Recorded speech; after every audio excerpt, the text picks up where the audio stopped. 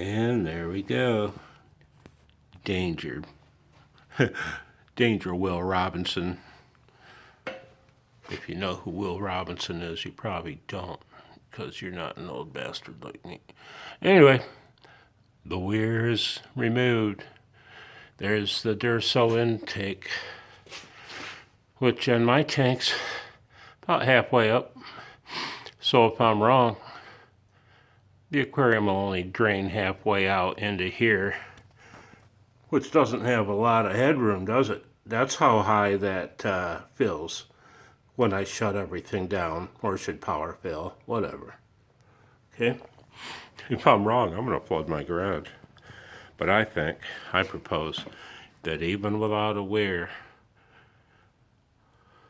it'll run at about the same height as that 600 water line up there. We'll find out. Okay. The pumps have pumped all the water they are going to out of the sump till they cavitated.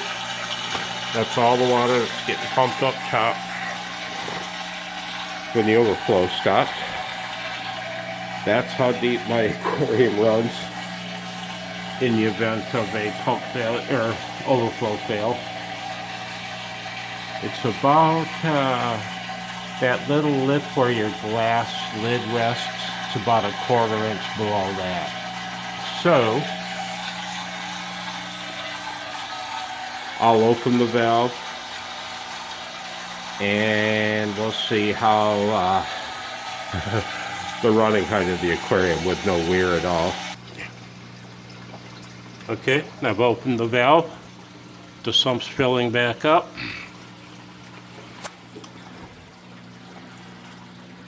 And the water level is starting to drop. And because this 1 1/4 inch Durso overflow, there really doesn't flow that much water. It takes a while for this water level to drop back down. It's getting there. It's almost down to the height that it was running with the weir. We'll stop this and see how far down it does drain with no weir at all.